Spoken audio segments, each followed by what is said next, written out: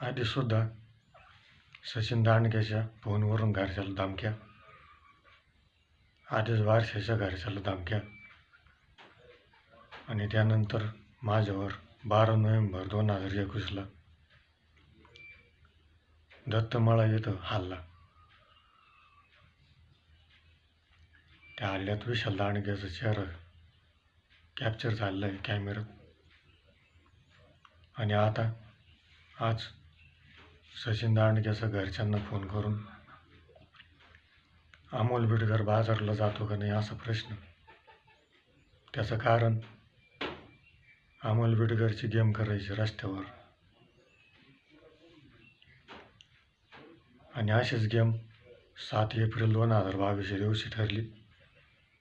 नवनाथ बिडकर किंवा गोरख बिडकरचा गणेश दरंदेला फोन. गणेश दरंदेल्याचा आधीच बारसे, विशाल दांडगे वगैरेंना फोन आणि सगळी फिल्डिंग टाईट.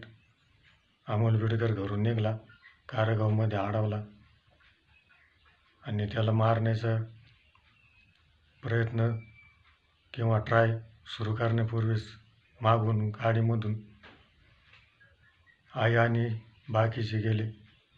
टरबूज होते टेम्पोमध्ये आणि त्यामुळं त्यांचा डाव फासला. आणि आजसुद्धा तोच प्रश्न सचिन दांडगेने विचारला, अमोल बिडकर बाजारला जातो का नाही. कारण तशीच पुन्हा फिल्डिंग लावायची आणि अमोलची गेम करायची. पण मी पण ऑनलाईन केस केली त्या गेम विरुद्ध. माझी ऑनलाईन गेम तयार आहे.